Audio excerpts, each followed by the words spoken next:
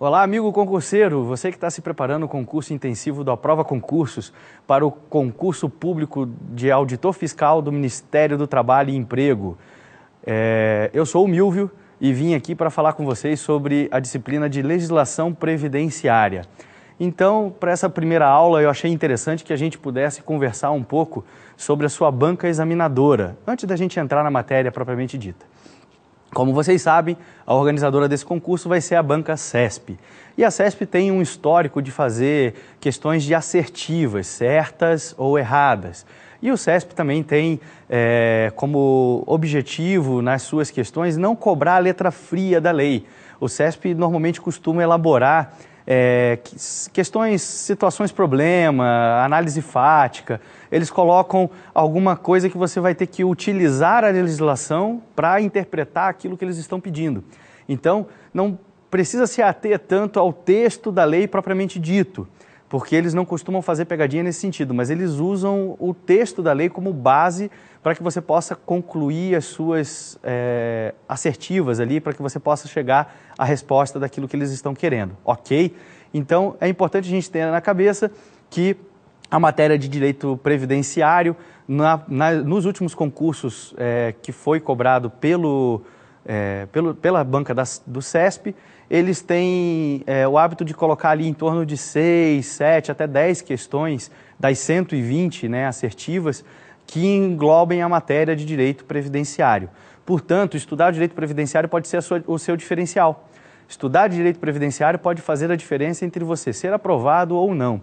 É uma matéria muito simples, não requer um estudo muito longo, são poucas leis voltadas diretamente ao ponto da legislação, da matéria previdenciária, do direito previdenciário, e você vai poder, em pouco tempo de estudo, otimizar um grande resultado lá no seu exame.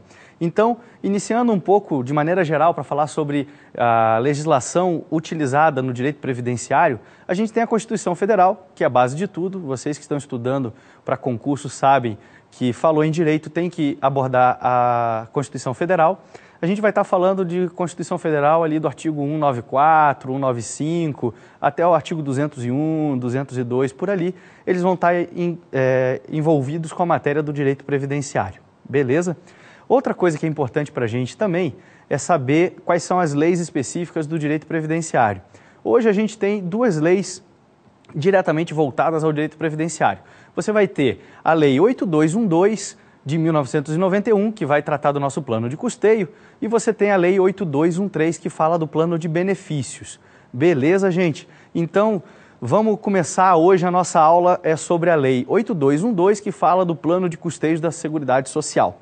Preparei para essa aula de hoje uma análise dos artigos. Por quê? Poxa, professor, você não falou que não vai precisar ler a letra da lei, saber a letra da lei, precisa entender? Então, é isso que eu vou fazer para você. Lê a letra da lei, você vai ler em casa. Já vou adiantando para vocês. Acesse o site do governo, www.planalto.gov.br.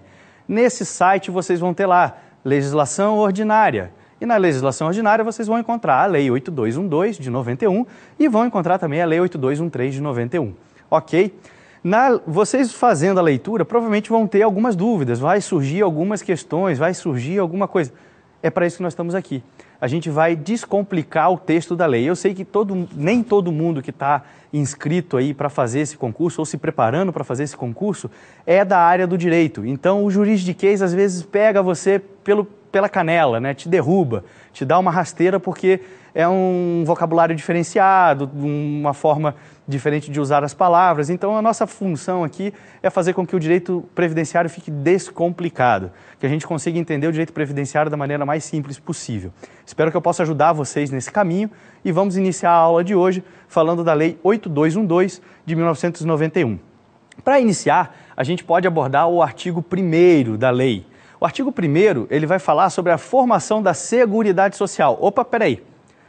Professor, você estava falando de Previdência Social até agora. Você vai falar de Seguridade Social? Que diabo é isso, professor? Então vamos lá. Vamos separar o joio do trigo, como se diria antigamente, ok?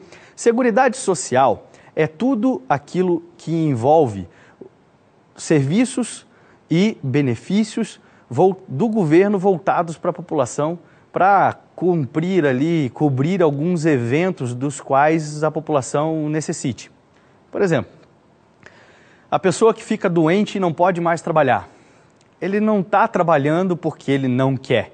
Ele não está trabalhando por uma situação alheia à vontade dele. Ele ficou doente. Para isso serve a Previdência. Ele tem lá um benefício específico que vai te explicar o porquê que você tem direito a receber uma ajuda do governo quando você não pode se sustentar. Beleza?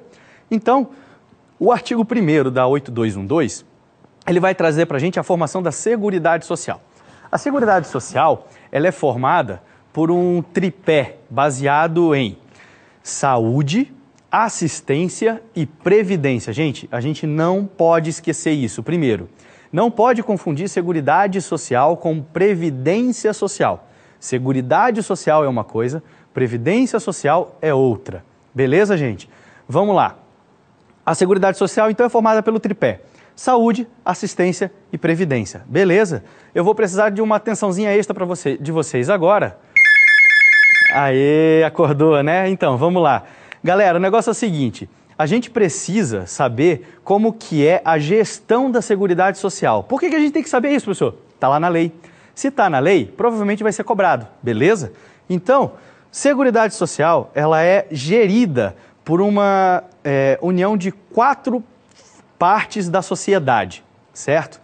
Então, a gente chama de gestão quadripartite. Professor, muito difícil isso, você não precisa saber isso. Só precisa saber que são 4 partes que tomam conta. E aí o motivo da sirenezinha. Vamos de novo, ó? Acorda aí, galera. A gestão quadripartite, ela é formada pela sigla GATE. Você consegue gravar em casa aí? GATE. G-A-T-E. É governo, aposentados, trabalhadores e empresas. Então, esses 4 unidos gerem a Seguridade Social, ok? Vamos seguindo aqui, a gente tem... Opa, travou o sistema.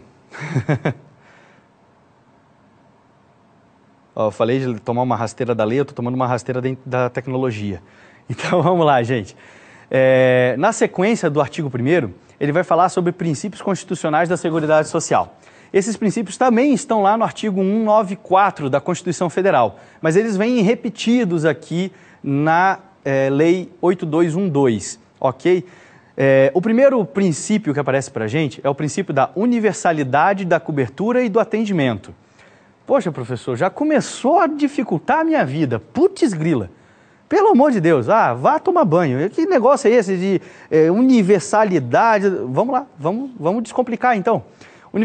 Universalidade da cobertura do atendimento. É abranger a todas as contingências sociais que necessitem de amparo ou proteção social. Tais como maternidade, velhice, invalidez, morte, doença. Entenderam? Simples. Universalidade de cobertura e atendimento. Tudo aquilo que precisa de intervenção ou proteção social. Maternidade, velhice, invalidez. Beleza, gente? É tranquilo. Às vezes o monstro parece ser um pouco mais feio do que ele realmente é. O próximo princípio que aparece para a gente é a uniformidade e equivalência dos benefícios e serviços às populações urbanas e rurais. Querem uma tradução simples? Quem mora no campo e tem atividade rural e quem mora na cidade tem atividade urbana, não pode ter diferença de benefício e serviço. Ou seja, você que está aqui na cidade, ficou doente, tem direito a um atendimento na unidade de saúde, beleza? Todo mundo conhece o postinho, né? Quem está no campo tem direito ao mesmo serviço. Não é porque o cara mora no campo que ele não vai ter direito. Tem que ter direito também. Então esse princípio fala disso, uniformidade e equivalência de benefícios e serviços, tanto à população rural quanto à população urbana. Beleza, gente? Vamos para o próximo princípio aqui.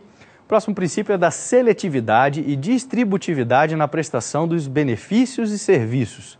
Ai, professor, já começou a complicar de novo.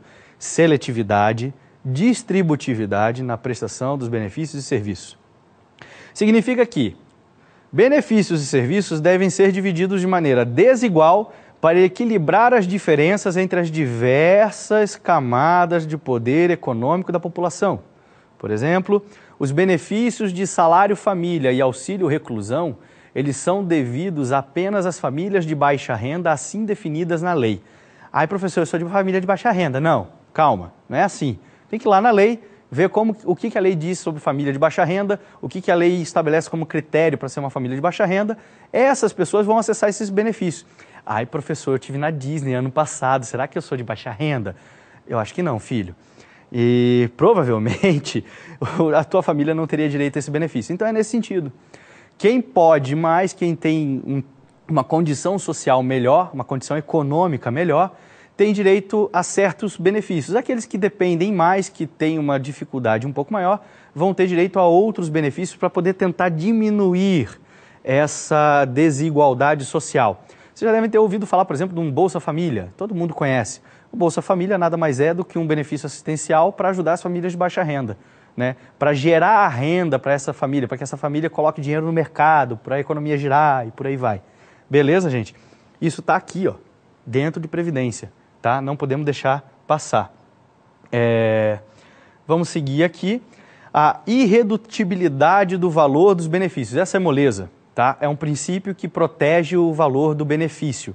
Então, você não pode ter o benefício reduzido por motivo algum, nem por inflação. Por isso, esse princípio ele também garante não só que o benefício não pode ser diminuído, como ele garante também que esse benefício tem que ser reajustado periodicamente. Mais na frente, quando a gente estiver falando especificamente sobre os benefícios, a gente vai ver as modalidades de reajustamento, como que eles são reajustados e tudo mais. Não se preocupe com isso agora. O que você precisa saber é que isso é um princípio da legislação previdenciária, da Seguridade Social. Os benefícios são irredutíveis. Beleza, gente? Passando agora. Equidade na forma de participação do custeio. Essa é mais simples ainda. Poxa, professor, equidade tem alguma coisa a ver com cavalo equino? Não, não tem nada a ver, gente. Equidade, equilíbrio, igualdade. Só que não é uma igualdade idêntica. Ai, professor, já começou a falar difícil de novo, eu vou embora. Calma, filho, não se desespere, não vá embora. É simples. Esse princípio, da equidade na forma de participação do custeio significa que participa do custo mais quem pode mais. Participa do custo menos quem pode menos. Querem um exemplo? O artigo 198 do decreto, ele estabelece a forma de contribuição dos segurados para empregados com carteira assinada lá, que trabalham na empresa, para a Previdência. E ele escalona, ou como eu posso dizer para você, ele hierarquiza por faixa salarial o valor da contribuição previdenciária que vai ser tirada do salário desse trabalhador. Então, dependendo de quanto o cara esteja ganhando de salário, ele vai ter descontado desse salário para fins de contribuição previdenciária 8%, 9% ou 11%. Então, significa que o cara que ganha lá o teto da Previdência hoje, mais de R$4.000, ele vai contribuir com 11% desses R$4.000, vai dar ali 400 e poucos reais por mês. E o cara que ganha um salário mínimo, R$678, vai contribuir com 8%. Isso mal dá R$60. Então, essa equidade não é uma igualdade, não é que todo mundo paga igual.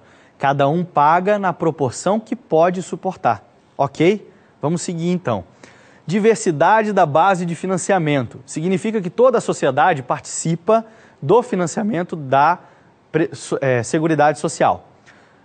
Toda a sociedade, professor, o que é toda a sociedade? Toda a sociedade que a gente vai entender aqui para fins da interpretação da lei é o governo em todas as suas esferas, tá? União, estados, município, Distrito Federal e por aí vai, autarquias, fundações, os empregados e as empresas. E tem um detalhezinho, até a Mega Sena colabora para a Seguridade Social. Amigo, a Mega Sena, aquela fezinha lá na virada, pô, vou ficar milionário. Tem um dinheiro daqueles R$2,50 que você paga lá, R$2, não sei, desculpa, não sou jogador, que vai para a Seguridade Social. E se você for parar para pensar, Vocês já devem ter ouvido algum resultado de concurso que eles dizem assim, foi pago um prêmio de 20 milhões de reais, mas até chegar nesse prêmio de 20 milhões de reais foram arrecadados 150 milhões de reais. Uma parte desses 150 milhões de reais arrecadados foram para a Seguridade Social. Beleza? Vamos lá. Caráter democrático e descentralizado da gestão administrativa com participação da comunidade, em especial de trabalhadores, empresários e aposentados. Professor, ficou muito longo. Esse é aquele que é mais longo do que a justificação dele. Sabe o que é a justificação dele? A interpretação? Garante a participação da sociedade na gestão da Seguridade Social. É isso. A Seguridade Social tem um conselho gestor e desse conselho gestor fazem parte membros da sociedade civil, aposentados, trabalhadores, por aí vai. Simples assim. O nome é mais complicado do que a explicação. Com isso, a gente fecha os princípios constitucionais da Seguridade Social. Beleza, gente? Simples, para a gente poder descomplicar e acabar com o mito de que direito previdenciário é uma coisa de outro mundo. Não é não, gente. E direito previdenciário vai fazer diferença para você ser aprovado no concurso. Não deixe isso escapar. Entramos no artigo 2. O artigo 2, ele fala sobre saúde e seus princípios. Beleza, gente? Saúde. Mas, professor, a gente não estava falando de previdência? Não confunda, pelo amor de Deus. Não é só previdência. É seguridade. Estamos abordando seguridade. Seguridade é previdência, saúde e assistência. Então a lei vai falar de saúde também. Mas aqui é simples. O início do artigo 2 ele vai falar que a saúde é um direito de todos e um dever do Estado. Simples, não tem dúvida. Saúde é um direito de todos e dever do Estado. E aí ele entra nos princípios da saúde. Vamos falar sobre os princípios da saúde da mesma forma como a gente fez com os princípios da Seguridade Social. Venha comigo. Acesso universal e igualitário. Poxa, esse é simples, né? Todo mundo tem direito a ser atendido e não pode sofrer discriminação no atendimento. Simples assim. Todo mundo tem direito. Até o estrangeiro que estiver visitando o Brasil, se ele tiver algum problema de saúde, ele apresenta o passaporte dele, ele tem direito ao atendimento. Desde que o visto esteja válido, é claro. E igualitário. Não pode haver distinção por classe, cor, raça, religião, por aí vai. Beleza? Outro princípio da saúde é o provimento das ações e serviços através de rede regionalizada e hierarquizada, integrados em sistema único. Tá. Por aqui a gente já começa a pensar, ele está falando de sistema único, ele está falando de SUS.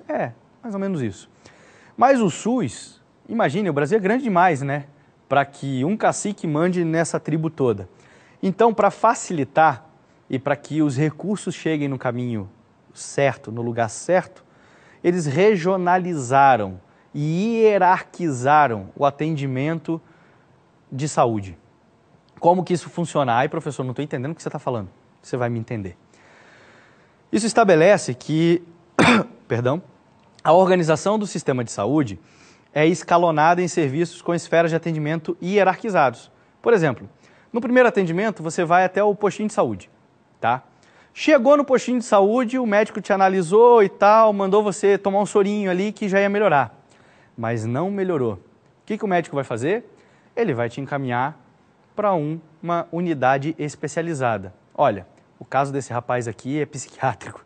Ele está completamente fora da casinha, ele está estudando para concurso público. Então, nesse caso, você vai para o atendimento especializado. Chegou no atendimento especializado, não deu certo. Não deu jeito, o cara continua estressado, está comendo a unha, está comendo o cabelo e está com piriri. Aquela diarreia braba. Está nervoso demais, está estressado, é por estresse, vamos mandar ele para o hospital. Vamos internar ele para ele poder se alimentar direito e tal, não sei o quê. Opa, olha a hierarquização aí. Você saiu da sua casa, foi até o posto de saúde, do posto de saúde você foi para uma unidade especializada, da unidade especializada você foi encaminhado ao hospital. Prof, não era mais fácil ir direto no hospital? Cara, você não pode, nem que você queira. Não era o caso. E é de propósito, porque nem em todos os casos devem chegar até o hospital. Às vezes o cara pode resolver isso no posto de saúde, tomou o sorinho, ficou bom, foi para casa, coradinho, voltou a estudar, está assistindo essa aula do professor. Entendeu? Então, é esse o motivo principal dessa confusão toda que eles fizeram. É fazer com que o dinheiro seja gasto no local certo e que você não tenha serviço especializado sendo gasto ou ocupado com pessoas que não precisam desse serviço. Aí você vai dizer, ai professor, mas você está falando isso, parece que você mora na Europa. Eu sei. Gente, é o que está na lei, é o que está no papel. Não confundam o papel com a realidade. Eu sei que tem manifestação no país inteiro, estão parando tudo, estão quebrando tudo, estão botando fogo, estão fazendo diabo a quatro. Eu sei disso. Não estou aqui defendendo. Pelo amor de Deus, gente. Não vão querer me matar. Eu estou só falando o que está na lei. E lógico, a lei prevê provavelmente algo próximo da perfeição ou do ideal. Se isso funciona ou não, não é tua função em casa aí, na hora que você estiver fazendo a prova, passar isso daí para o seu conhecimento. Você tem que entender o que está na lei. A lei fala de um mundo perfeito. Então, vamos imaginar um mundo perfeito. Beleza? Seguindo, a gente tem a descentralização com direção única em cada esfera de governo. Peraí, professor, mas se é descentralizado, como tem direção única? Vamos lá. Permite a direção e o comando regionalizados da saúde. Tá? Assim, o secretário de saúde do estado do Paraná, ele tem condições de dizer quais são as necessidades do estado do Paraná na área da saúde. O secretário municipal de saúde de Curitiba, ele sabe dizer para você quais são as necessidades da saúde de Curitiba. E com isso, fazer um apanhado de, vamos abrir um concurso público para contratar médico. Peraí, mas a gente precisa de médico? Tem lugar no Brasil que precisa, tem lugar que não precisa. Difícil, eu sei, quase todo mundo está precisando, mas vocês entenderam o que eu quis dizer. Então, essa descentralização com direção única em cada esfera do governo, e aí em cada esfera do governo entenda-se como estado, municípios, etc. Tá bom? Passando para o próximo. Atendimento integral com prioridade para atividades preventivas. Gente, aqui é uma coisa que também o nome parece um pouco mais complicado do que realmente é. Atendimento integral com prioridade para atividades preventivas. O atendimento integral, entenda-se como aquele atendimento que você não pode ter limites porque o cara está internado há muito tempo, entendeu? Se ele ficar 1 mês, 2 meses, 3 meses na UTI e é o necessário para o tratamento dele, é o que ele tem direito e vai ser assim. Agora, não, poxa, eu tô cansado, já cansei desse cara aqui, eu vou contratar lá, não vou falar isso, deixa para lá. Mas enfim, vamos desocupar aqui a UTI. Não pode, tá? O atendimento é integral, sem limites, tanto de exames, de gastos, do que for. O importante que está sendo preservado aqui é a vida do cidadão, ok? E com prioridade para atividades preventivas. Isso só quer dizer que o governo está meio que autorizando que haja uma dotação orçamentária, vamos colocar assim, uma liberação de verbas para que você trabalhe com programas preventivos de problemas de saúde. Então, aqui na nossa cidade existem aqueles parques as academias ao ar livre, nos parques, para que os idosos possam procurar lá a academia, os idosos e a população em geral, possam procurar academia e se exercitar de forma gratuita. Tem lá ao lado de cada aparelho de exercício a forma correta de utilizar ele através de um cartazinho ali e tudo mais fixado. Enfim, essa academia ao ar livre teve um custo. Então, o que ele está dizendo aqui com a prioridade para as atividades preventivas é exatamente isso, que você tem uma possibilidade de injeção de recursos para fazer esses programas de incentivo à prevenção a riscos para a saúde. Tá? Seguindo, participação da comunidade na gestão, fiscalização e acompanhamento das ações e serviços da saúde. Ai, professor, eu nunca ouvi falar disso. Eu não sei se a gente pode ir lá bater na porta do secretário de saúde e brigar com ele. Existe essa possibilidade. É a Lei 8142 de 1990. Ela regulamenta como que você vai fazer essa participação da sociedade na gestão e fiscalização e acompanhamento das ações e serviços de saúde. Tá bom, gente? E, mais uma vez, é a lei dizendo que existe a possibilidade dos membros da sociedade civil organizada poder participar da saúde. Aí o nosso próximo princípio é da participação da iniciativa privada na assistência à saúde, obedecidos os preceitos constitucionais. Mas como assim iniciativa privada? Gente, plano de saúde, hospital particular, clínica particular, é só isso. Está sendo permitida a possibilidade de formação e atuação do plano de saúde, da clínica particular, do hospital particular. É só isso, né? Ele tira do governo, em sentido amplo, né, essa exclusividade e permite que a iniciativa privada participe, ok? Passando para o artigo 3º, que fala da Previdência Social. O artigo 3º vai determinar que a Previdência Social, como garantidora dos meios indispensáveis à manutenção de seus beneficiários, que por motivo de incapacidade, idade avançada, tempo de serviço, desemprego involuntário, encargos à família e reclusão ou morte daqueles de quem dependem, não podem mais se sustentar. Então, é uma definição, digamos assim, ampla de previdência social. É a previdência intervindo naquelas situações em que a sociedade precisa de um amparo governamental. Está aqui determinado. Grande diferença da previdência para assistência previdência é paga. Só tem direito aos benefícios da previdência quem contribui. Assistência não. Assistência é gratuita. Vamos lá. O artigo 4º, ele vai falar da assistência social. Então, falando de assistência social, ele determina os limites de atuação da assistência como proteção à família, à maternidade, à infância, à adolescência, à velhice, à pessoa portadora de deficiência e estabelece a principal diferença lá que eu acabei de falar, que assistência independe de contribuição e previdência precisa de contribuição. Ok?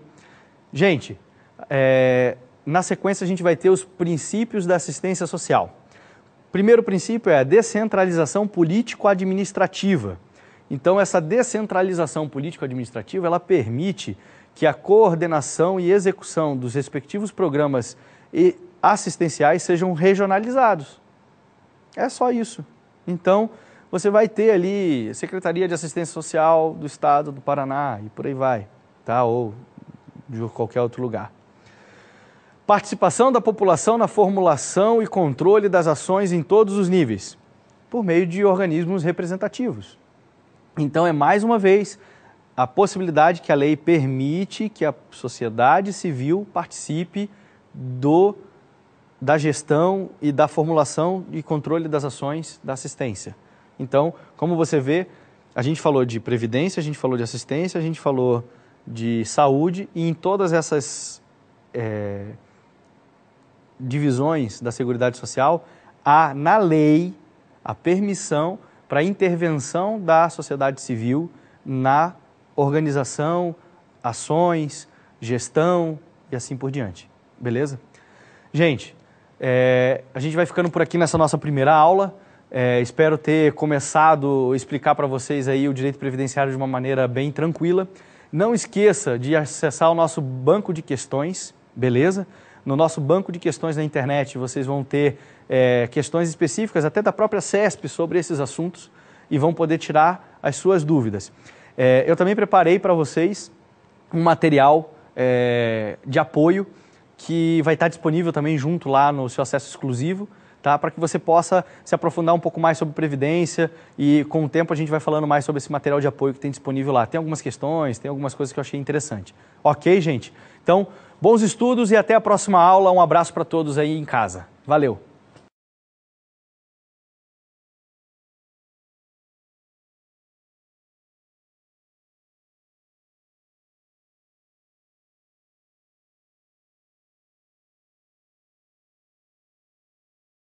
Olá meus amigos, meu nome é Fábio Ramos, sou professor aqui do concurso virtual e hoje venho deixar mais uma dica para você, mais uma dica importantíssima aí, só que hoje a dica é do Código de Ética dos Agentes Públicos do MTE, para aqueles que vão fazer o concurso do Ministério do Trabalho e Emprego, tá? Essa dica trata do Código de Ética lá apresentado pela Portaria 2.973 de 2010, editada lá pelo ministro Carlos Lupe. Bem, gente, preste muita atenção, tá? Coloquei aqui, né? Tava sentindo no meu coração que eu tinha que colocar essa dica aqui e eu venho acertando as questões, então eu acho que esse ponto vai cair. Se ele colocar uma questão do Código de Ética, vai ser esse ponto que está aqui no capítulo 2. Então, desde já, dê uma atenção especial aqui para o capítulo 2, que fala do padrão de conduta dos agentes aqui públicos do MTE.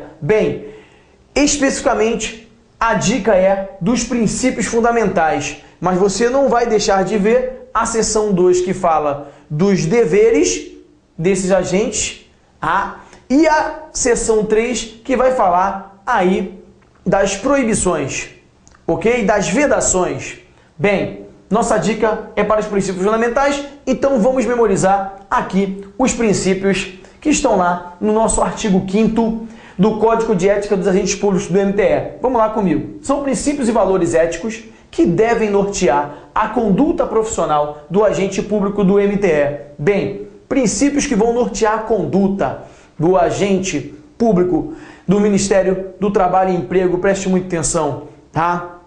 O agente ele deverá ser revestido desses princípios que estão elencados no inciso 1 e inciso 2. Nós vamos aqui memorizar para você nunca mais esquecer e acertar essa questão que vai cair na tua prova. Olha para cá então. Ó, quais são os princípios? A dignidade, o decoro, o zelo, a probidade, o respeito à integridade, à hierarquia, a dedicação, a cortesia, a assiduidade e a presteza. Bem, presta atenção para a gente memorizar agora. A história é a seguinte: Tibério e Zé trabalhavam na mesma repartição ali do MTE. Bem, Tibério era aquele funcionário não exemplar, não ético, perfeito? Mas o Zé era um funcionário exemplar, bem assíduo, tá? Com dignidade, tá? Respeitava a hierarquia, zelo, dedicação total, um exemplo de funcionário público. Só que o Zé faleceu. Tibério, né, corroído aqui de remorsos, então se arrepende daquela maneira que ele se comportava quando trabalhava com o Zé. E aí fica com aquela coisa na cabeça, tá? E resolve ser um funcionário íntegro, capaz, tá? Ético, tá? Um funcionário com dignidade, um funcionário assíduo. E assim ele põe lá na lápide de Tibério, ou melhor, de Zé, o seguinte: ele vai falar assim, ó, assim, dedico pro Zé, olha aí, gente, o respeito, e não botei aqui, e a presteza. Só abreviei aqui, galera, olha pra cá. Assim dedico pro Zé o respeito e a presteza. Bem, já que o Zé morreu, ele dedicou agora o respeito e a presteza pro Zé. Olha pra cá, memorizamos já a frasezinha. Olha aqui, ó. Assiduidade, tá? Decoro, dignidade. Olha aqui, ó. Cortesia. Dedico pro Zé, ó, probidade, Zé, zelo, respeito, a hierarquia e presteza. Acabou. O inciso 1 está gravado. Você já memorizou, tá? Não tem como errar se cair uma questão dessa. O inciso 2 fala o seguinte: fala a legalidade, a impessoalidade, a moralidade e a publicidade e também a eficiência e o interesse público, ou seja, tá? Ele colocou aqui o LIMP. Bem, a repartição, ela preza pela limpeza, preza a legalidade, a impessoalidade. A repartição pública não quer o LIMP, não quer um servidor limpo. Então preste atenção, olha, LIMP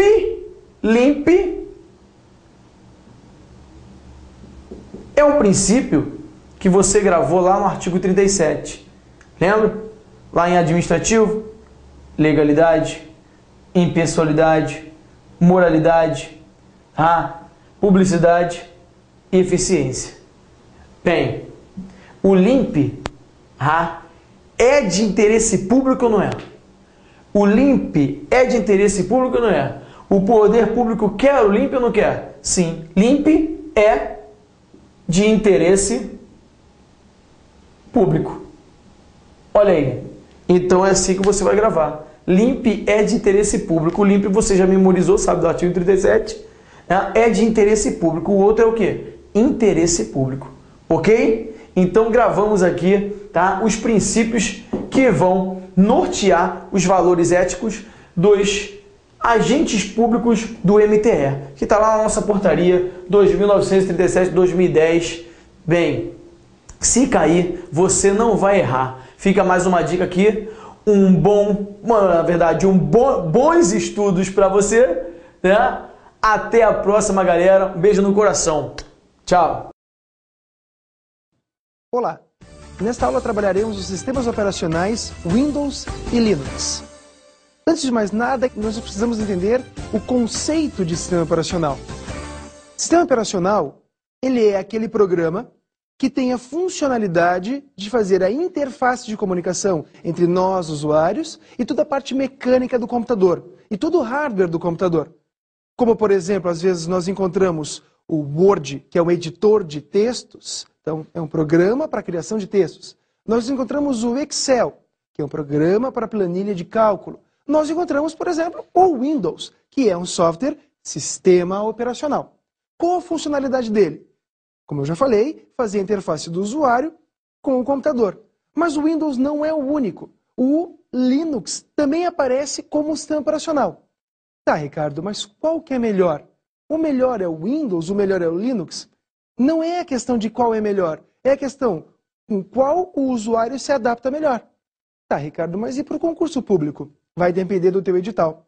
Tem editais que cobram sistemas operacionais Windows e sistemas operacionais Linux. Outros cobram apenas Windows, outros apenas Linux. O que é comum é de observar os dois, né? Então, temos que conhecer o sistema operacional Windows e suas funcionalidades, temos que conhecer o Linux e suas funcionalidades, para daí, então, fazer uma boa prova.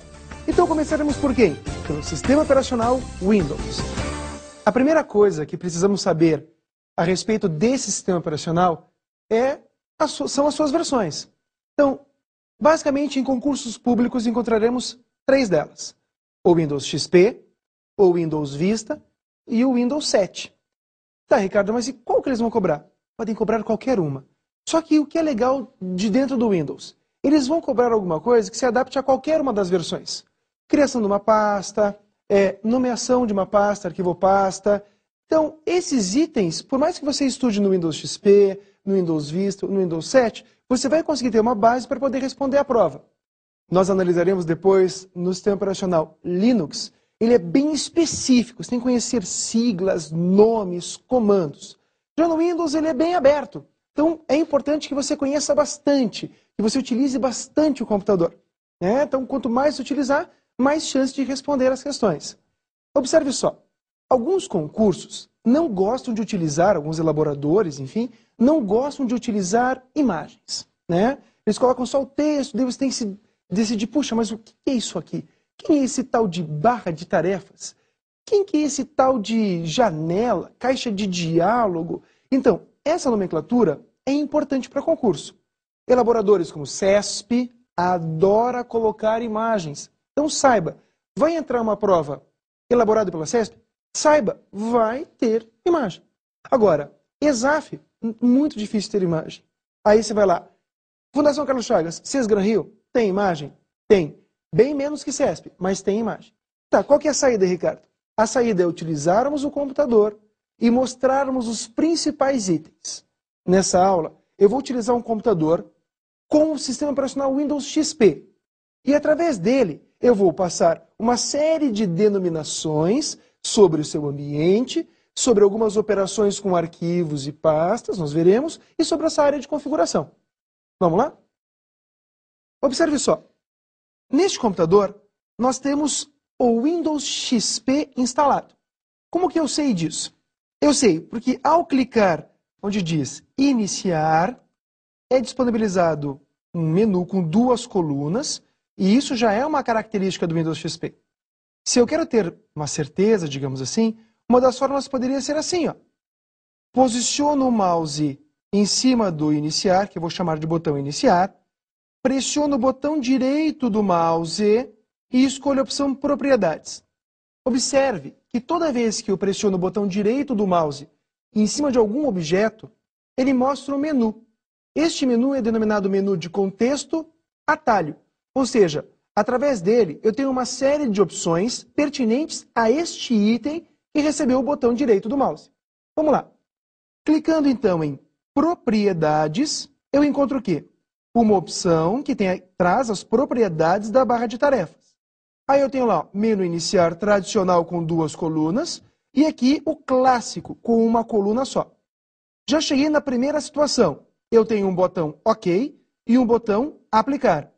Aí eu te pergunto, qual é a diferença entre OK e aplicar? Algumas pessoas dizem, não, Ricardo, se você não aplicar, o OK não funciona. Não, gente. Olha só. OK confirma as alterações fechando a janela de configuração. O aplicar aplica as configurações sem fechar essa janela. Observa só. Clico em aplicar, ele não fechou a minha janela de configurações, vou clicar então no botão iniciar. E olha o que eu vejo, um menu diferente com uma coluna apenas. E no lado esquerdo escrito Windows XP Professional, que é a versão correspondente, o modelo correspondente a esta versão do Windows XP. Para retornar a essa situação, basta pressionar lá em menu iniciar, que é o normal, clique em OK, veja a diferença agora do OK para o aplicar. OK, ele aplica as configurações e fecha a janela. Se eu clicar em iniciar, volta a possuir 2 colunas. Então, olha os principais ambientes do Windows XP. Nós temos aqui, onde eu estou movimentando meu mouse, uma área chamada área de trabalho ou desktop. A CESP chama também de A-Desktop. Isso é muito comum. Tá? Então, essa área é muito importante. É uma área onde nós colocamos os principais ícones, onde o usuário tem a primeira impressão do Windows. Observe só. Nesta área, encontramos diversos ícones. Ícones são esses desenhos que aparecem aqui. E lá embaixo, muito importante, a barra de tarefas. A barra de tarefas contém o botão iniciar, que leva o usuário a diversas funcionalidades de configuração, dos programas que foram instalados no computador, das impressoras, da configuração da rede, do tipo de letra que tem no computador, enfim. O botão já tem um nome bem sugestivo, não é? Iniciar. É importante conhecer as teclas de atalho para esse botão. São elas Ctrl mais a tecla ESC. Essa combinação habilita o menu iniciar. Uma outra saída seria através da tecla Windows, aquela que parece uma bandeirinha no teclado. Pressiona ela uma vez, habilita esse menu. Vamos lá. Conhecendo, então, a área de trabalho e a barra de tarefas, podemos começar a trabalhar. Então, esta é a barra de tarefas. É aqui que ficam apresentados os programas que estão sendo executados. Por exemplo, se eu der um duplo clique no meu computador, ó, clique, clique, duplo clique, ele habilita a janela do meu computador, mostrando os principais itens que eu tenho em arquivos e pastas neste computador, como também acesso a pendrives, acesso a DVDs, CDs e até mesmo computadores na rede e até na internet, ok? Então, olha só, abri essa janela, vou usar esse recurso que eu já comento, que é o minimizar, só quero que você atente lá embaixo para a barra de tarefas. Nela encontramos esta ocorrência da janela do meu computador. Está aberto, está carregado na memória RAM do computador, que é a memória principal, e ela é volátil, perde os dados quando desligada. Se agora acabar a luz, ou acabar a bateria deste notebook, quando eu ligar novamente, esta janela do meu computador não estará na barra de tarefas. Vamos lá. Conhecido esses nomes, vamos clicar no meu computador e observar a janela. Se eu clico, este primeiro botão indica aqui no superior direito o termo minimizar, eu recolho ela para a barra de tarefas. Se eu quero restaurá-la, então eu clico novamente nesta ocorrência na barra de tarefas e a janela é restaurada. O botão do lado, fique bem atento. Ó, 2 quadrinhos. Então, ele restaura a janela. Restaura a última posição que ela tinha. Se eu redimensionar essa janela, colocando o mouse bem na extremidade ou em qualquer uma das extremidades da minha janela, eu transformo meu mouse nesta alça. Isto é uma alça de redimensionamento. Clico e seguro e arrasto o mouse. Atenção, quando eu falo clico, seguro e arrasto, inclusive nas provas de concursos, preciso considerar que eu estou pressionando o botão esquerdo do mouse e não o direito. Só nos casos em que o elaborador cita, considere que o computador esteja configurado para pessoas canhotas. No caso de pessoas canhotas, ele inverte os botões principais. O direito passa a ser o esquerdo, com a sua função, e vice-versa. Não é o nosso caso e é muito raro isso aparecer. Então entenda. Clique, segure e arrasta, duplo clique, clique simples, sempre com o botão esquerdo. Quando for o botão direito, ele faz a referência direta ao clicar com o botão direito. Ok? Vamos lá então. Redimensionei.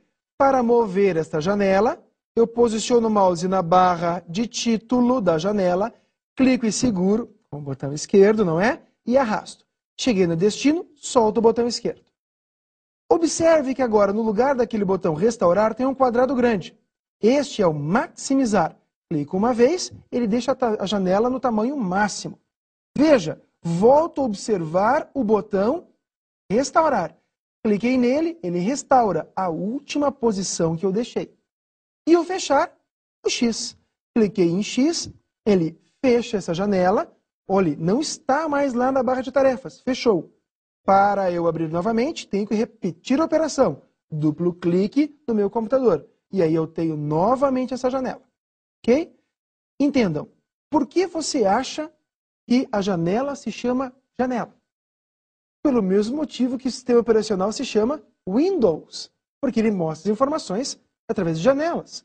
Windows significa janelas em inglês. Ok? Vamos dar mais uma olhadinha em particularidades dessa janela. Vou maximizar a janela. Poderia eu utilizar este botão ou aplicar um duplo clique com o mouse na barra de título. Observa, clique, clique. Maximizou. Se eu repetir o duplo clique na barra de título de uma janela maximizada, ela restaura. Ó, clique, clique. Eu vou tomar a liberdade de fazer clique para cada vez que eu pressione o botão esquerdo do mouse. Porque você não consegue me acompanhar no meu dedo. Então eu falo clique, clique, equivale a duplo clique. Ok? Então vamos lá. Se eu minimizar essa janela, olha só, cliquei neste botão de minimizar, ela é recolhida lá para a barra de tarefas. Outra forma de minimizar é aplicar um clique simples aqui na barra de tarefas na ocorrência do meu computador. Olha só, clique, minimizou. Clique, restaurou, clique, minimizou. Viram? Outra forma, ó, clique, restaura. Essas opções de minimizar, maximizar e fechar são uma das mais importantes para concursos públicos. Agora, se cair isso que eu vou te mostrar agora, saiba, você vai acertar algo que a maioria das pessoas erra em concursos. Observe. Aqui está a janela. Antes da barra de título tem o ícone. Este ícone dá acesso, se eu clicar com o botão esquerdo do mouse, dá acesso ao menu de controle aqui, ó. Estão vendo? Se eu, porventura, der um duplo clique neste ícone, ele vai fechar a janela. Observa. Clique, clique. Fechou. É a mesma coisa que o X. Ó, duplo clique e abrir a janela novamente. Então, se eu der um duplo clique aqui, no pequeno ícone que aparece à esquerda do nome, na barra de título da janela, a janela em questão será fechada. Então, vejam, eu estou falando o nome dos componentes, eu estou falando das principais ações. Em uma prova da CESP, você terá acesso a essas imagens. Porém, em outras provas, eles vão simplesmente citar os nomes. Caso o usuário, com uma janela do meu computador aberta, pressione ou aplique um clique simples com o botão esquerdo na ocorrência desta janela na barra de tarefas. Então, você vai clicar lá na barra de tarefas. A janela em questão será minimizada, como eu demonstrei há pouco. Então, essas situações sem imagem são difíceis. Então, pratique já observando cada item e nomeando cada item. Então, na tua cabeça, saiba barra de título, saiba minimizar. É assim que é a melhor forma de você conduzir o teu estudo no ambiente Windows. Vamos lá. Então está aqui minha janela. Vou maximizá-la dando duplo clique na barra de título. Ó, clique, maximizei. Agora vem a minha primeira pergunta. Eu posso mover uma janela maximizada? Responda isso agora. Imagine. Vamos tentar? Olha só. A janela está maximizada. Vejo pelo botão de restaurar, que está no botão formato restaurar. Tá? Vou clicar na barra de título, clico seguro e arrasto. Não vem. Então, com isso concluímos. Não posso mover uma janela maximizada. Preciso então restaurá-la para depois movimentá-la. Ok? Vamos lá, voltando. Então, vou fechar essa janela. Estou aqui na minha área de trabalho com alguns itens, né? E o objetivo agora é entendermos como funcionam algumas ferramentas. Nós sabemos que o computador organiza suas informações através de arquivos e pastas. O que nós faremos agora é criar algumas pastas, acessar alguns utilitários que já vêm junto com o Windows, que é o caso do editor de imagens Paint e do editor de textos WordPad, e, através deles, criar arquivos e trabalhar, manipular uma pequena estrutura de arquivos e pastas. Vamos lá.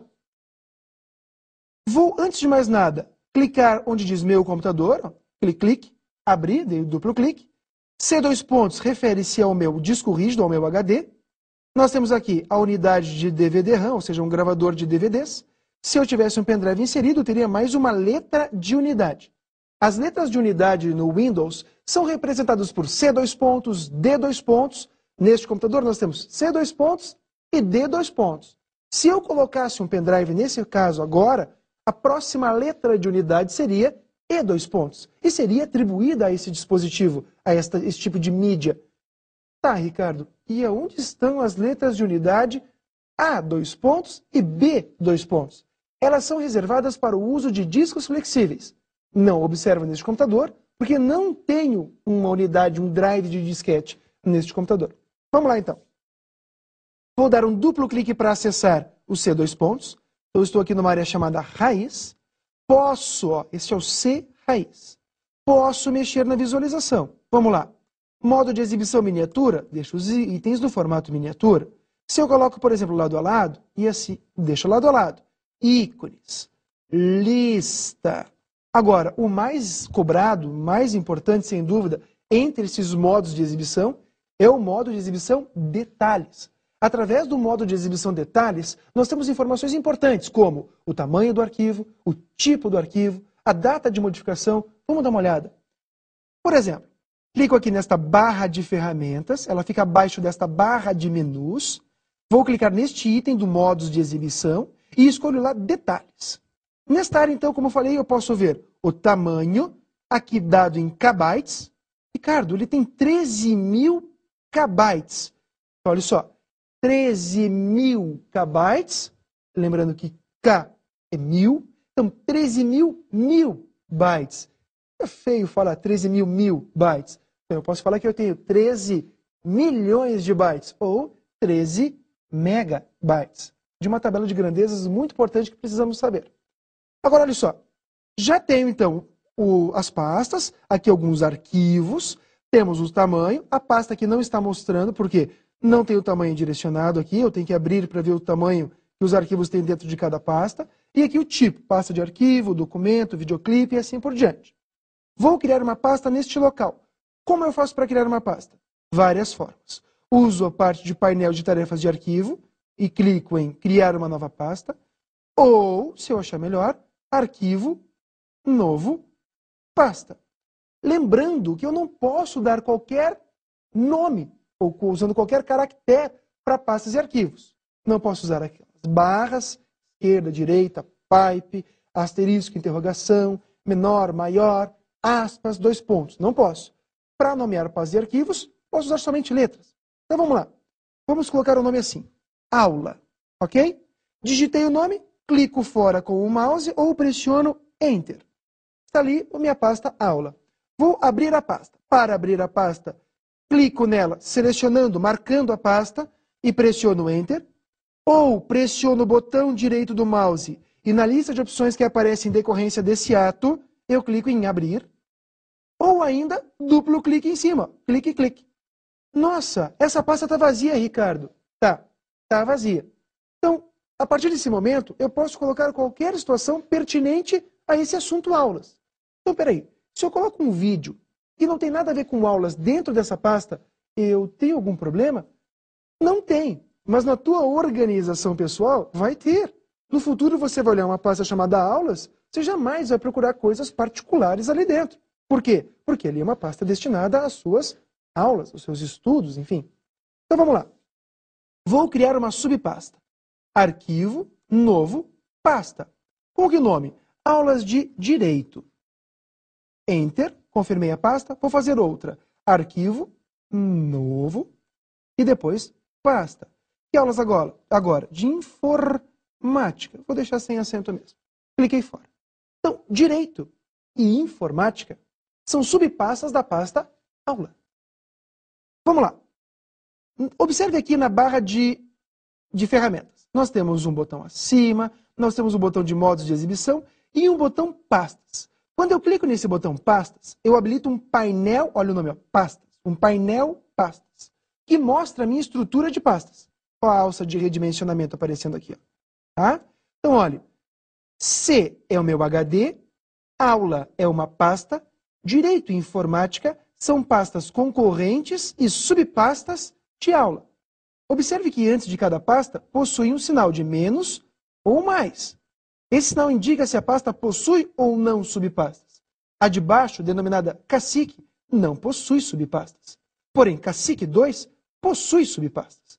Quantas? Tenho que clicar para descobrir. Então, olha só. Clico no mais, ele expande a pasta. Ok? Vamos criar um arquivo. Já aprendemos a criar pastas. Para criar pastas, dependemos apenas do Windows. Agora, para criar arquivos, dependemos de um programa específico. Então, vamos lá. O programa que eu vou utilizar para criar arquivos será o Paint, editor de imagens, e o WordPad, editor de textos. Olha só.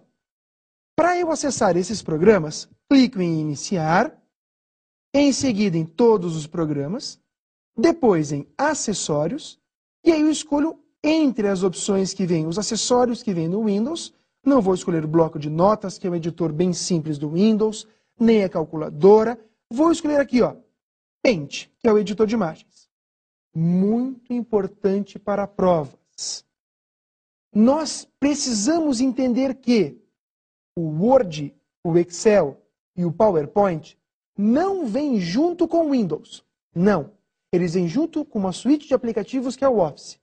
Pô, Ricardo, mas quando eu comprei o meu computador, já veio com o Word, Excel e PowerPoint. Tudo bem, mas entenda, após a instalação do Windows, foi instalado um outro programa. Este programa, então, continha o Word, Excel, PowerPoint, enfim. Tem que saber. Junto com a instalação do Windows, encontramos acessórios, utilitários, enfim. Entre eles, Paint, WordPad, bloco de notas, calculadora. Esses sistemas, esses programas, esses utilitários, vêm junto na instalação. Não o Word, muito menos o Excel. Ok? Vamos lá. Clico no Paint.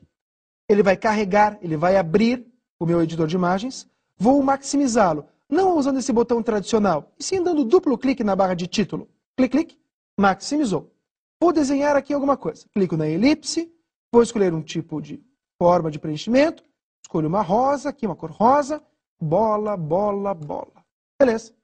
Agora, esses círculos, essas elipses, elas estão na memória RAM, que é a memória principal do computador, que é volátil. Ou seja, se acabar a luz, eu vou perder esse conteúdo. Para não perder um conteúdo, eu uso, então, a situação do salvar. O ato de salvar é o ato de criar um novo arquivo. Vamos lá. Arquivo, clico no menu Arquivo e escolho a opção Salvar. Clicando em Salvar, ele vai perguntar, onde é que você quer salvar? Olha só, eu quero salvar na pasta Minhas Imagens. Então, vamos lá. Posso escolher a minha pasta. Fica no C2 fica na pasta Aula e escolho nessa pasta mesmo. Com qual nome? Teste. Qual o formato, qual a extensão dela? JPEG. Dou um salvar, salvei essa imagem. Agora para um texto. Fechei esta janela, vou abrir o WordPad. Ó, já apareceu uma imagem lá, ó. Já apareceu uma imagem. Iniciar todos os programas, acessórios, o WordPad. Cadê você? WordPad. Tá? Vou digitar um texto, então. Maximizando a janela, clique, clique. Vou aumentar o tamanho da letra, da fonte. E vou dizer assim, teste de aula. Se agora acabar a luz, vou perder esse dado, porque está na memória RAM. Então, arquivo, salvar para não perder. Aonde? Não na pasta meus documentos. Eu tenho a minha pasta, que fica lá. Meu computador, C2 pontos, aula. Qual vai ser o nome? Vai ser texto. Texto. Vou fazer o seguinte, ó. Vou escrever texto com S. Texto. Nossa, Ricardo, texto com S? Uhum. Salvar. Fechei. Está lá meu texto com S. Ricardo, dá para trocar esse nome? Está me dando uma agonia, texto com S. Tudo bem. Posso renomear? Posso.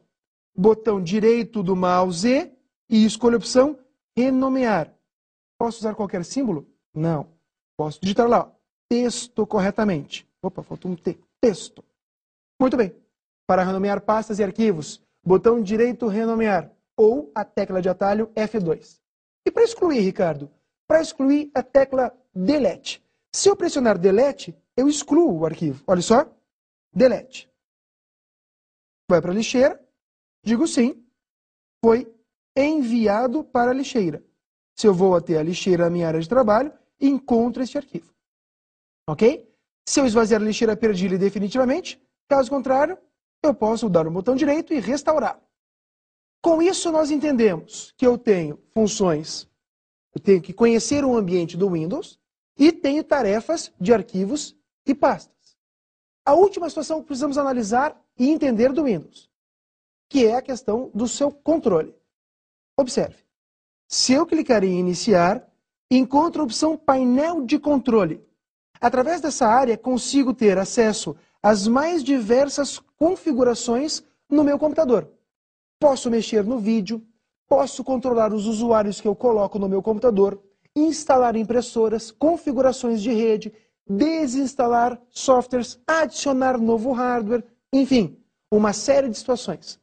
Observe e fique atento às questões, às opções teclado e mouse, além da opção de vídeo. Essas opções são muito cobradas em concursos públicos. Assim, conhecemos, de uma forma geral, o Windows XP, o sistema operacional licenciado que utilizamos no dia a dia. O próximo passo agora é conhecermos um pouco mais sobre o sistema operacional Linux, o seu grande concorrente. Esse sistema operacional, ele é muito importante nos dias de hoje, porque grandes órgãos públicos estão migrando para esse ambiente. O Linux é bem diferente do Windows. Ele tem os mesmos conceitos iniciais de arquivos e pastas. Entenderam, meu? Pastas. Nós chamamos dentro do Linux pastas de diretórios, mas já veremos isso. Fiquem tranquilos. Olha só, a questão do Linux é muito importante, porque ele é um software livre, ele é gratuito. Esse é um dos grandes diferenciais dele para com o Windows. É muito importante entender os termos, os detalhes do Linux. Como ele é formado por diversas distribuições, não disse versões, disse distribuições, tem Red Hat, tem entre outras, tá? O que acontece? Eles acabam cobrando detalhes mais técnicos. Então, quando eu faço uma prova de Linux, os principais detalhes que eu preciso saber, eu vou te falar agora no decorrer dessa aula. Primeira situação, saber o que é o termo kernel ou kernel. Kernel ou kernel é justamente o núcleo, o cerne, o centro do sistema operacional Linux. É a parte mais baixa do sistema. É aquela que fica lá perto do hardware. Então, nunca poderá esquecer para uma prova. De todas as provas, o que mais cai definitivamente é o núcleo do sistema operacional Linux é o kernel ou kernel. Sim, é. Então, se você não souber isso, não adianta nem ir fazer a prova, se cair Linux. Observe, é muito importante. Então, essa é uma questão mais técnica. Como é que ele poderia cobrar isso, Ricardo? Ele poderia cobrar assim. A principal parte gráfica do Linux é o kernel. Não é. Kernel é o núcleo, é a parte mais técnica, mais baixo nível que nós temos nesse sistema operacional. Tá, mas e quem é então a interface gráfica do Linux? A interface gráfica do Linux é composta por alguns módulos, alguns programas. O principal e mais cobrado é a interface KDE. ela é representada por uma engrenagem, ela é muito famosa, não é a única neste ambiente. Nós encontramos também a interface GNOME, do termo gnomo mesmo. Porém, a mais cobrada é a interface KDE. Como que ele pode fazer uma pergunta? O núcleo do sistema operacional Linux é o KDE? Não é, é a interface gráfica. Perceberam a dificuldade do sistema operacional Linux? Na verdade, ele acaba cobrando nomes, siglas, e o candidato fica ali, se não conhece, perdidão. Acaba chutando, que não é o nosso caso. Nós já saberemos as principais situações e vamos direto à resposta correta. Uma das situações que eu já comentei, a pasta, o termo pasta, é utilizado no Windows. Enquanto no Linux, utilizamos o termo diretório. Ricardo, eu já ouvi esse termo diretório antes lá no Windows. Eu sei, antigamente, a Microsoft também chamava suas pastas de diretórios. Porém, o Linux mantém essa nomenclatura. Nós ainda chamamos de diretórios. Se nós analisarmos o Windows, nós temos diretórios, nós temos pastas, padrão. Me diga uma delas aí, Ricardo. Arquivos de programas, uma pasta padrão. Windows é uma pasta padrão. Meus documentos, minhas imagens, pastas que são padrão do sistema, concordam? Todo o Windows vem com essas. Tá, Ricardo, o Linux tem isso também? Primeira situação do Linux, ele não tem letras de unidade, C dois pontos, A dois pontos, D dois pontos, como o Windows tinha, para representar os seus componentes de hardware. Aqui, o que acontece? Ele tem diretórios. Entre esses diretórios, existem alguns que eu gostaria de comentar. O primeiro deles é o /dev. Eu digo barra porque o barra equivale ao raiz, ao lado do início do HD, vamos entender assim. Dev de device, de dispositivo. Então ali ficam todas as referências ao hardware do Linux. /home, eu ia falar pasta, não está errado, mas o correto é falar diretório. Este diretório do Linux equivale à pasta Meus Documentos do Windows. Não podemos esquecer. Então, peraí, Ricardo, eu consigo gravar os meus arquivos dentro da pasta Meus Documentos do Windows? Consegue. Mas é o único lugar que é permitido a gravação de arquivos? Não, hoje mesmo gravamos arquivos na pasta Aula, não é? Então, o que acontece? A pasta Home é a sugestão do Linux para você gravar suas informações do usuário. lib é um outro diretório. Nesse diretório encontramos as bibliotecas do sistema, arquivos de apoio ao Linux. Temos o diretório etc, vem do termo do etc. Neste diretório ficam todas as partes de configurações mais pesadas do Linux. E aí chegamos no diretório, um dos mais importantes, o diretório boot. Boot já vem de um termo lá do hardware, dos conceitos de informática, de inicialização.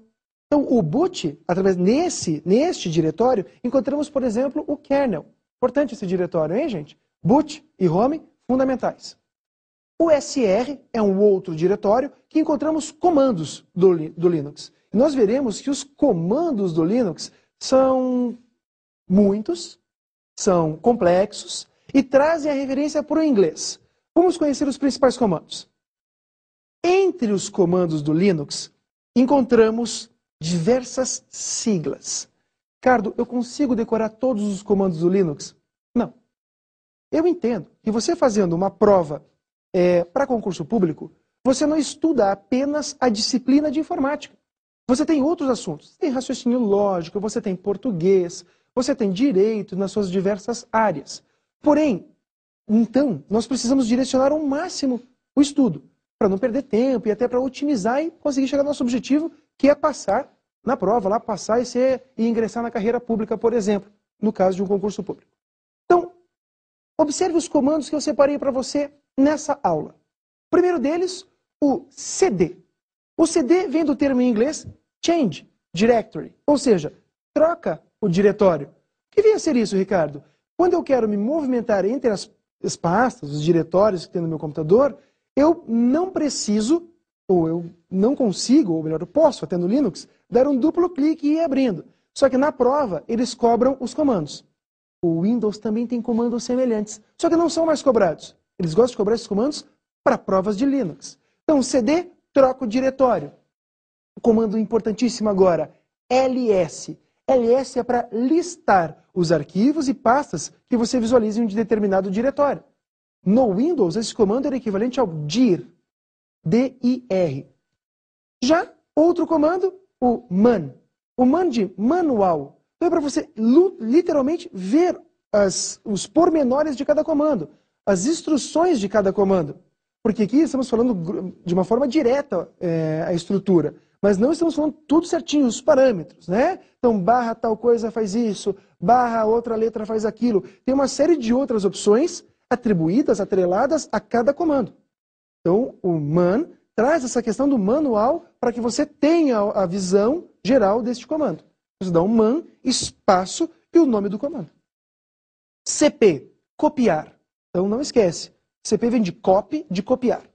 Agora, um dos comandos mais importantes para a prova. O MV, o move. Espera aí, Ricardo. MV, move. Eu já faço referência ao mover. Então, cuidado. O MV faz a questão da movimentação e renomeação, eu posso usar esse termo, de arquivos. RM, remove, remove arquivos e pastas. mkdir, faz um diretório, make directory. rmdir, remove directory, remove o diretório. pwd não é senha, mostra o diretório que você está trabalhando. Shutdown, desliga o sistema. Who, mostra qual usuário está utilizando o computador nesse momento, enfim. Falando em usuário, qual o principal usuário que eu tenho no Linux? Atenção, gente. O principal usuário dentro do Linux é denominado root, R-O-O-T. Seria o equivalente ao administrador do Windows. Então, se um dia alguém disser para você, ele está com a senha de root, ele está com a senha de administrador, como é que eu vou saber qual que é o usuário que eu estou usando? Uso o comando who, por exemplo. Então, muito importante, não se esqueça, o Linux, como o Windows, é um sistema multiusuário, assume vários usuários. Nós observamos os principais comandos agora, e também o principal usuário. Nada impede que eu tenha usuários que eu crie, como no Windows. Esta aula ela é fundamental e de fundamental importância para provas da CESP. Nós observamos toda a criação de pastas e arquivos no Windows e alguns dos principais termos mais cobrados no Linux. Não esqueça, o painel de controle do Windows precisa ser analisado profundamente. Você precisa conhecer para que serve cada um dos principais itens, como vídeo, teclado, mouse, configurações regionais e de idioma na configuração do teu computador. Toda essa parte de sistemas operacionais cai quase sempre nas principais provas de concursos públicos. Como dicas de estudo, eu digo para você, instale e trabalhe com o Windows, que a maioria das provas opera nesse sistema operacional. Tá, mas e o Linux, Ricardo? Caso você não tenha Linux, existem na internet, você encontra para fazer o download, para baixar o teu computador, CDs que você simula o ambiente Linux, podendo testar os comandos, conhecendo a nomenclatura. Então seria a minha dica. Ricardo, eu poderia ter os dois sistemas operacionais no mesmo computador? Poderia. Mas eu te aconselho, trabalhe mais no Windows e com o Linux, faça essa operação assim. Bons estudos.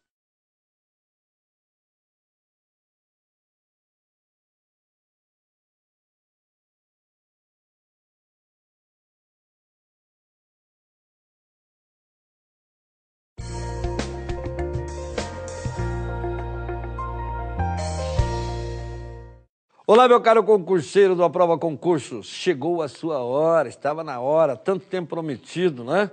Do Ministério do Trabalho e do Emprego, o concurso para auditor fiscal do trabalho.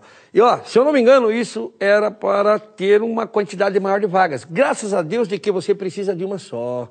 Isso é o que importa, né? Você não precisa de mais mais de uma vaga, né? Uma tá bom para você e você vai passar. Mas tem uma coisa, venha conosco. Venha aqui com a Aprova Concursos. Né? Vá acompanhando aí e nós estamos aqui com certeza preparando você em língua portuguesa para que você se torne auditor fiscal do trabalho. Não se esqueça de que a prova dessa vez vai ser elaborada pelo CESP. Eu já dei aula em outros anos para o auditor fiscal do trabalho, sempre foi a ISAF. Dessa vez temos o CESP. Não tem problema, porque em torno de 40% a 50% da prova da ESAF, mesmo sendo de múltipla escolha, ela é trabalhada em cima de aspectos linguísticos do texto, de aspectos semânticos, unindo a gramática, a questão da semântica. Então não tem problema. É isso que o CESP faz. Agora, só tem uma coisa. Requer uma atenção muito maior. Muito maior. E não se esqueça de que é uma prova que você não precisa gabaritar. Não precisa gabaritar, mas você precisa tirar uma média muito boa.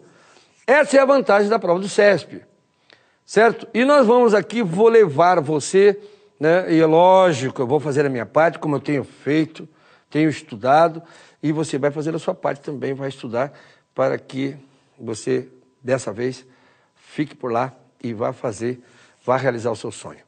Perfeito? Então nós vamos falar de língua portuguesa voltada para a prova do CESP. Certo?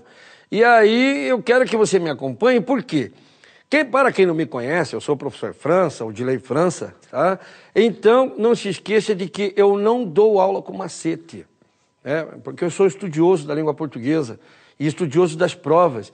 E eu sei que as provas do CESP, da ISAF, da Fundação hoje, não são provas para quem estuda com macete. E se macete desse certo, com certeza eu não teria emprego hoje, concorda comigo? Porque nós estudamos aqui até quantos anos estudando português, quantos anos nós estamos falando língua portuguesa e continuamos tendo que estudar português. É sinal de que alguma coisa está errada lá no passado. Nós vamos estudar português aqui dentro de uma sequência lógica. Vamos preparar o nosso cérebro para pensar a língua portuguesa. Talvez pela primeira vez você seja chamado a participar da aula. Eu não quero um aluno passivo. Todas as vezes nós fomos alunos passivos, o professor falava, dava fórmula, dava um macete e a gente achava que aprendia e está aí estudando hoje. Claro que no princípio aqui você pode padecer um pouco. Por quê? Eu vou mostrar para vocês que a lógica que há na matemática há também na língua portuguesa. Então, vejam só. Teacher, é verdade. Você vai ter que raciocinar. Assim como você raciocina quando vai resolver uma questão de matemática. Nós vamos pegar uma linha de raciocínio, vamos fazer uma sequência lógica.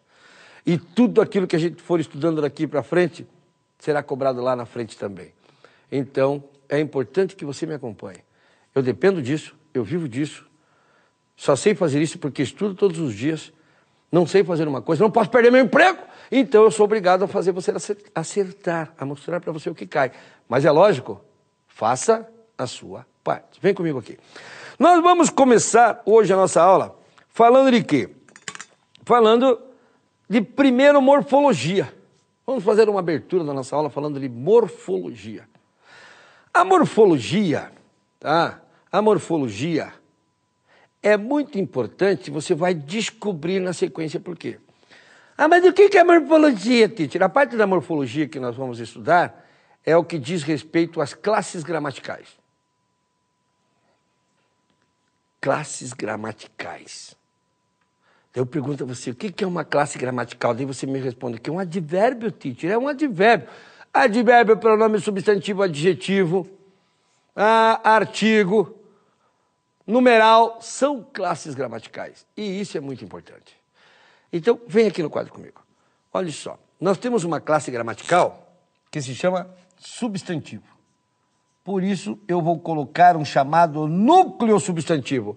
Por que o núcleo substantivo? Vejam bem, se você pegar a gramática, você vai reparar que a gramática fala de núcleo nominal. Núcleo nominal. Eu coloquei aqui para você núcleo substantivo. Por quê? Núcleo nominal vem de nome. E nome é tudo que não é verbo. Então, advérbio é nome, adjetivo é nome. Então, e por isso que eu coloco aqui núcleo substantivo. E por que núcleo? N de núcleo. Porque o substantivo ele funciona como um ímã. Ele atrai palavras para si. E olha só uma coisa. Uma das palavras que só se liga a substantivo é o artigo. O artigo. O artigo, o, a, os, as, um, uma, uns, umas, são os chamados artigos, o, a, os, as definidos. umas indefinidos. E eles só existem porque existe o substantivo. Se não existisse substantivo, gente, não existiria o artigo. E ainda há substantivos que nem querem saber do artigo. Então ele é um parasitão, entende? Porque ele só existe porque existe o substantivo. Então, artigo e grave isso só se liga a substantivo. Artigo só se liga a substantivo. Muito bem. Outra classe gramatical que só se liga a substantivo é o pronome. O pronome, gente, tem vida própria muitas vezes. Quer dizer, ele pode substituir um substantivo, certo? Mas nós vamos falar aqui do pronome que só se liga a substantivo. Pronome. Outra classe gramatical que só se liga a substantivo é o numeral. Numeral. O numeral também, às vezes, tem vida própria. Ele se liga a substantivo, certo? O numeral também tem vida própria, ele se liga a substantivo. Mas ele substitui o substantivo, mas nos interessa, neste momento, o numeral que se liga a substantivo. Outra classe gramatical que só se liga a substantivo é o adjetivo. O adjetivo, gente... mas fale o que é um substantivo. Substantivo é a palavra que dá nome aos seres, às coisas, aos objetos, de modo geral, aos sentimentos. Sentimentos também, tira por acaso. Saudade. O que é saudade? Saudade é um adjetivo. Não, né? Saudade é um substantivo. É o nome daquele sentimento que você tem, de lembrança de alguém. Tem gente que pensa que saudade é a ausência, é a falta de. Saudade não. É aquilo que a gente sente quando lembra de alguém. E faz muito tempo que a gente não vê. Esse sentimento tem o nome de saudade. Amor. Veja, sentimento também. Alegria é sentimento também. Paixão, sentimento também. Vejam, então, o substantivo não dá só nome aos seres. João, José, Maria, carro, casa. Né? Não dá só nome aos objetos. Caneta, lápis, borracha. Dá também nome aos sentimentos. Esse é o substantivo. Quando você quer dar um nome para alguma coisa, chamar alguma coisa pelo nome. Esse é o substantivo. Tá? Então, e o adjetivo tem por função qualificar o substantivo. Então, o adjetivo é outra classe gramatical que não existe se não houver um substantivo. Assim como o artigo, o adjetivo não existe se não houver um substantivo. Certo? Outra que não é classe gramatical, mas é uma expressão que assume o lugar de uma classe gramatical, é a chamada locução adjetiva. A locução adjetiva. A locução adjetiva é uma expressão que pode entrar no lugar do adjetivo. Então, antes de eu falar especificamente da locução adjetiva, quero chamar mais uma vez a atenção para vocês aqui. Artigo, pronome numeral, adjetivo e locução adjetiva são palavras ou expressões que só se ligam a substantivo. Só se ligam a substantivo, certo? Primeiro eu vou dar exemplo. Aqui. Dá uma olhadinha nesse negócio aqui, ó. Eu posso falar assim, ó. Os carros. Vejam. O substantivo. E aqui eu tenho o quê? O artigo ligado ao seu substantivo. E isso é muito importante observar, porque carros é um substantivo no masculino plural. Por isso que o artigo aqui está no masculino plural. Observe isso. Olha um outro exemplo aqui, ó. Que eu vou usar. Esses carros. Olha só. Aqui eu tenho o substantivo carros, né? E ele está no masculino plural. E aqui eu tenho o seu pronome, ó, ligado a carros. Veja, no masculino plural. Eu tenho que observar isso. Certo? Os carros, esses carros. Teacher, posso perguntar uma coisa? Eu não posso usar os dois ao mesmo tempo, ligados aos dois o quê? O artigo e o substantivo e o pronome? Não. Por quê, gente? É importante entender isso. Mesmo por causa da crase lá na frente. Vejam só uma coisa. O artigo e o pronome, eles são determinantes de substantivos. Por isso que eu uso um ou outro. Eu não posso falar esses carros. Ou eu falo os carros, ou eu falo esses carros. Não posso usar os dois, certo? Porque essas duas classes gramaticais são determinantes de substantivo. Perfeito? Muito bem. Vamos usar mais um exemplo aqui, ó. Agora eu posso, até vou usar duas coisas aqui com vocês. Esses dois carros. Olha, esses dois carros. O esse eu já sei, o pronome está ligado ao substantivo aqui, ó. E o dois, ó, o dois é o numeral, está ligado ao substantivo. E vejam, eu quero que vocês observem o seguinte, que todas as palavras que vão se ligando ao substantivo vão concordando com ele número e gênero. Carros aqui, masculino plural, os masculino plural, esses masculino plural, dois masculino plural. E isso é a parte importante do entendimento. Tá? Muito bem, vamos colocar um adjetivo. Carros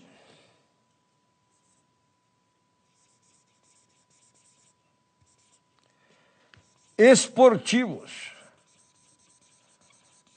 Ó, carros esportivos.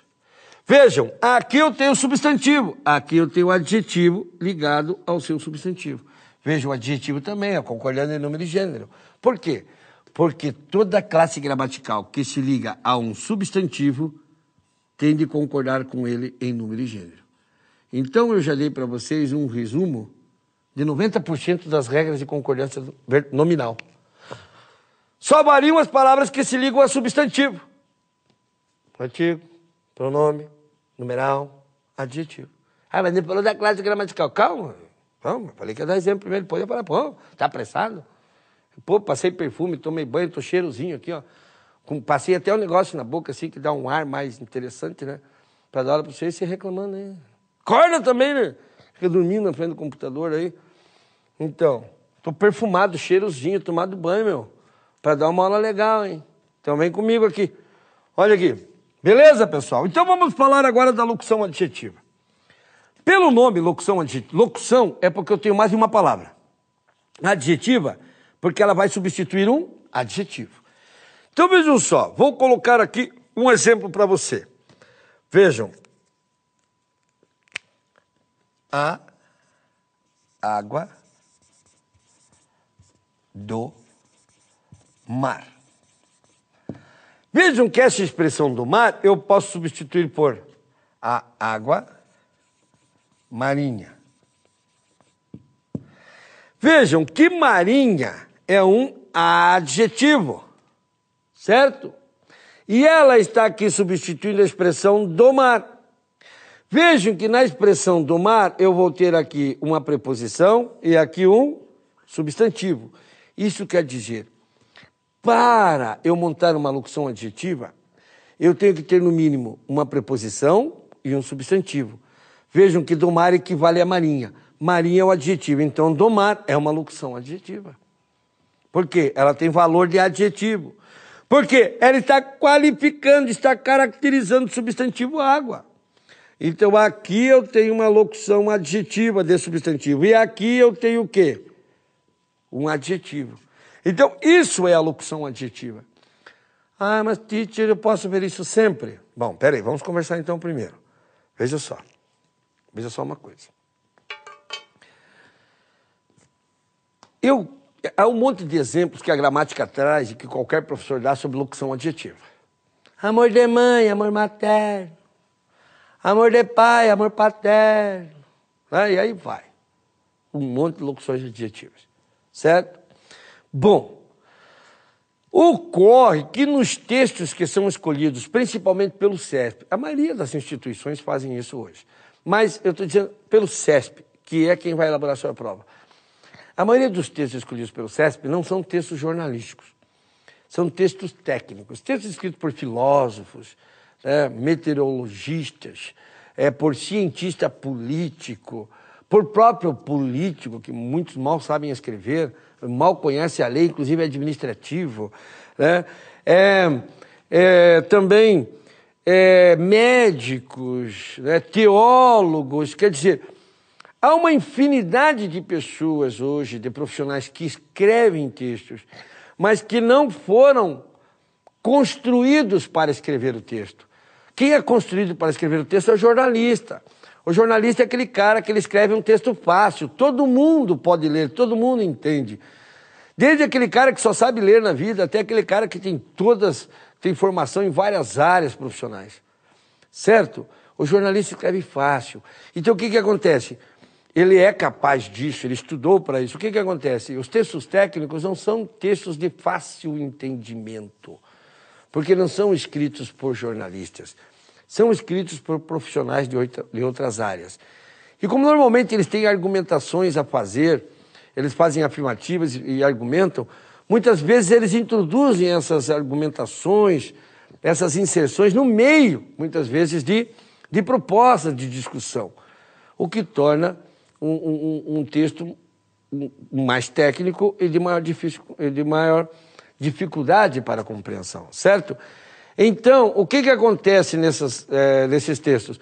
A locução adjetiva, aquelas que vêm em livros para você, nas gramáticas, não aparecem. Então, como que eu posso identificar uma locução adjetiva? Olha aqui comigo. Isso aqui ajuda bastante.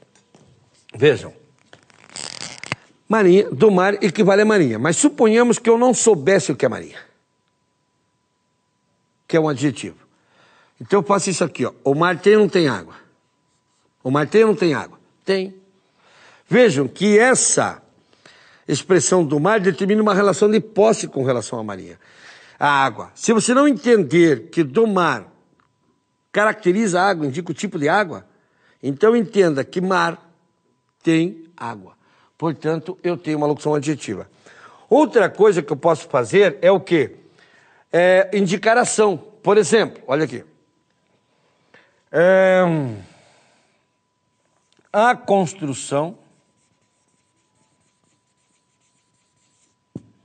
do engenheiro.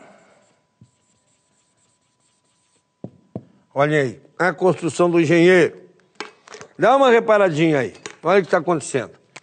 Construção é o substantivo, ó. Aqui está o seu artigo, ó. E aqui, o que eu tenho?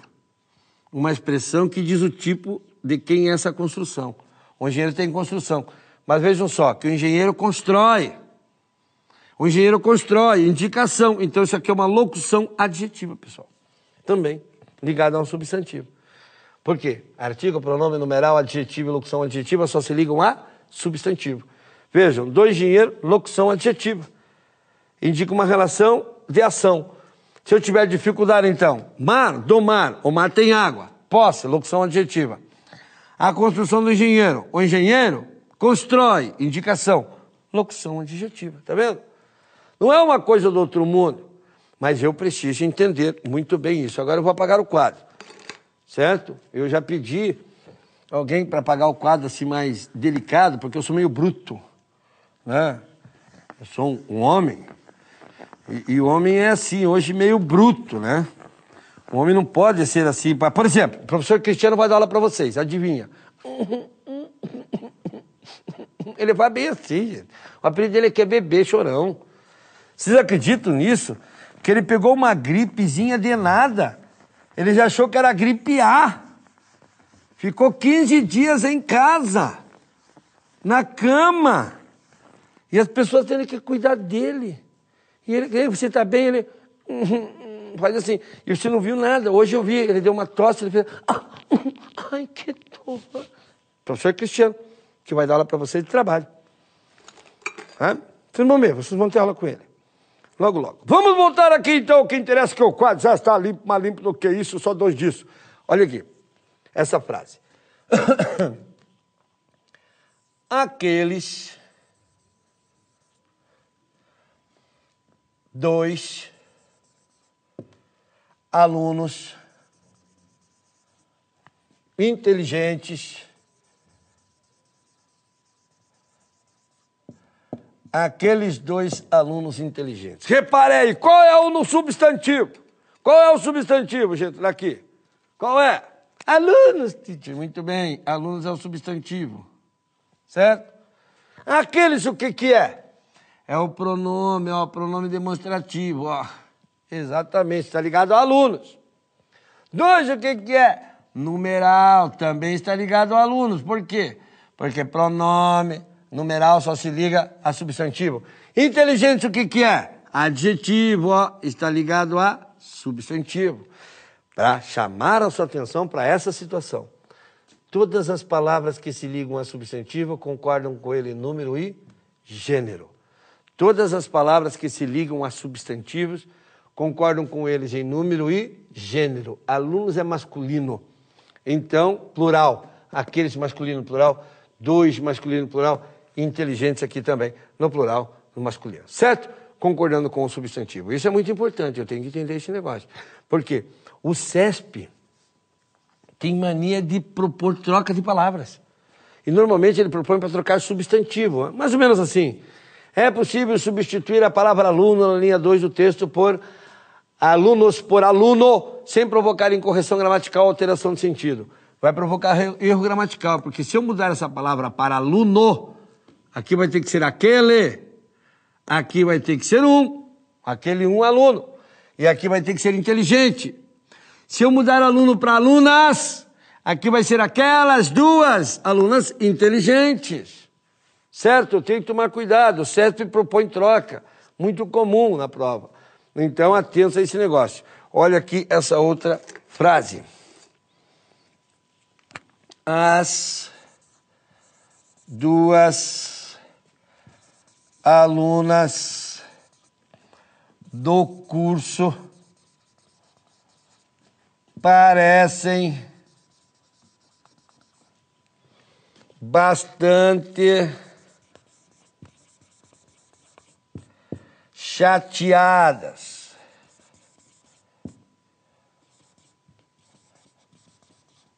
Vejam só. Aquelas duas alunas do curso parecem chateadas. Qual é o substantivo aqui? Alunas, teacher, ó, feminino plural. Vejam, as, artigo, e artigo só se liga a substantivo, tem que concordar com ele em número e gênero. Duas, numeral, ó, ligado aqui ao substantivo, tem que concordar com ele em número e gênero. Agora, uma coisa aqui, ó, o que é o do curso, gente? Ó, está ligado a alunas do curso, ó. É uma locução adjetiva. Ah, mas eu não tenho um adjetivo aí, teacher. Esquece o adjetivo. Veja, o curso tem ou não tem alunas? Então, do curso tem, ó, indica posse, é uma locução adjetiva, é o tipo de aluna. E olha, chateadas, ó, ligado a alunas, certo? Então, adjetivo, ligado a alunas. Eu poderia falar as duas alunas do curso chateadas. Agora, repare uma coisa, toda frase está no plural. Não, teacher, não está, bastante está no singular. É verdade. Bastante está no singular. E por que bastante está no singular? Porque bastante está ligado a chateadas. E chateadas é o quê? É um adjetivo, gente, ó. É um adjetivo. Adjetivo não manda nada. As palavras que se ligam a substantivo são as palavras que variam. As palavras que ligam a adjetivo não variam, certo? Então, atento a esse negócio, isso é para confirmar para você que todas as palavras que se ligam a substantivo têm de concordar com ele em número e gênero. Mas não é uma coisa do outro mundo assim também. Mas eu tenho que entender essa relação que ocorre entre as palavras na montagem, gente, de o quê? Na montagem de um período, na montagem de uma oração, na montagem de um texto. Veja só. O que eu falei até agora para vocês? Que nós temos aí algumas classes gramaticais. Normalmente os gramáticos concordam com 9 classes gramaticais. E eu já falei para vocês aqui de quais?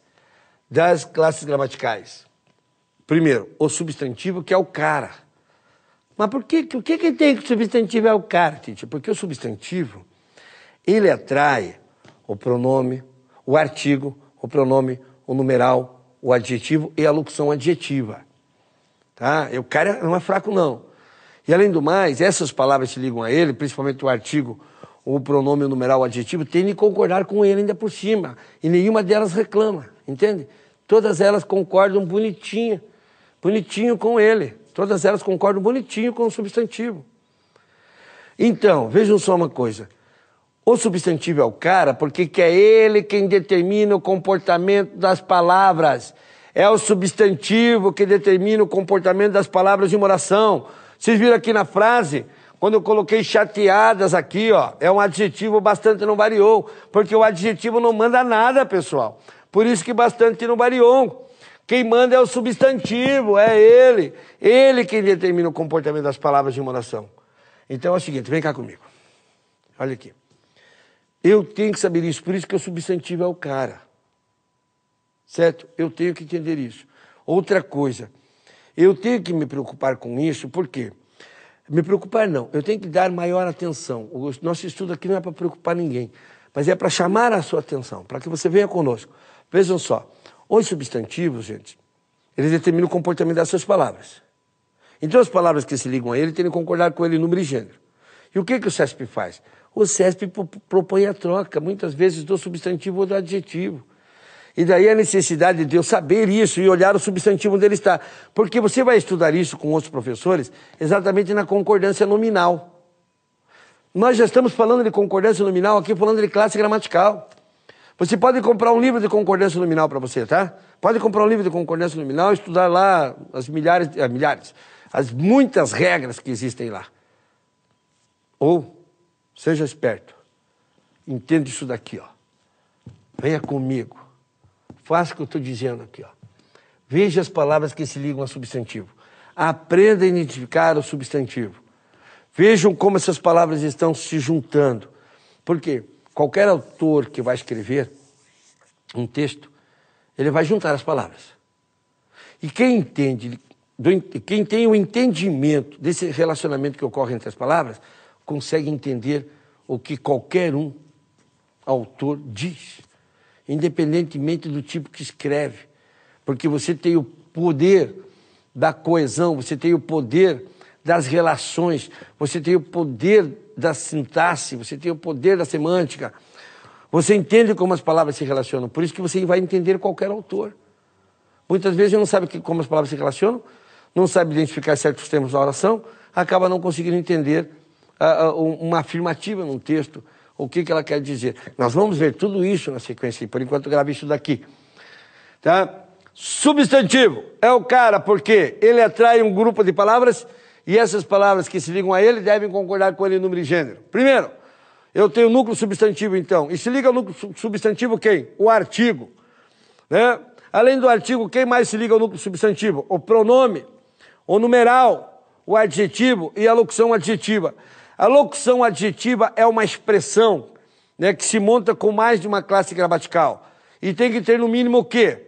Tem que ter no mínimo um substantivo e uma preposição para que exista a locução adjetiva, certo? E se eu tiver dificuldade para entendê-la, ou para destacá-la como locução adjetiva, é só observar se ela está indicando uma ação ou se ela está indicando posse com relação ao substantivo que ela estiver ligada. Se indicar posse ou ação, eu tenho mais do que a confirmação de que é uma locução adjetiva. Então, meus caros concurseiros do Aprova Concursos, meus caros futuros auditores fiscais do trabalho, estamos finalizando nossa aula, mas antes disso eu quero chamar a sua atenção. Vá lá ao site do Aprova Concurso, procure o banco de questões e comece a praticar um pouquinho, porque o nosso cérebro precisa entender e aprender, e ele só aprende com repetições e com exercícios, certo? Bons estudos para você e até a nossa próxima aula. Um abraço!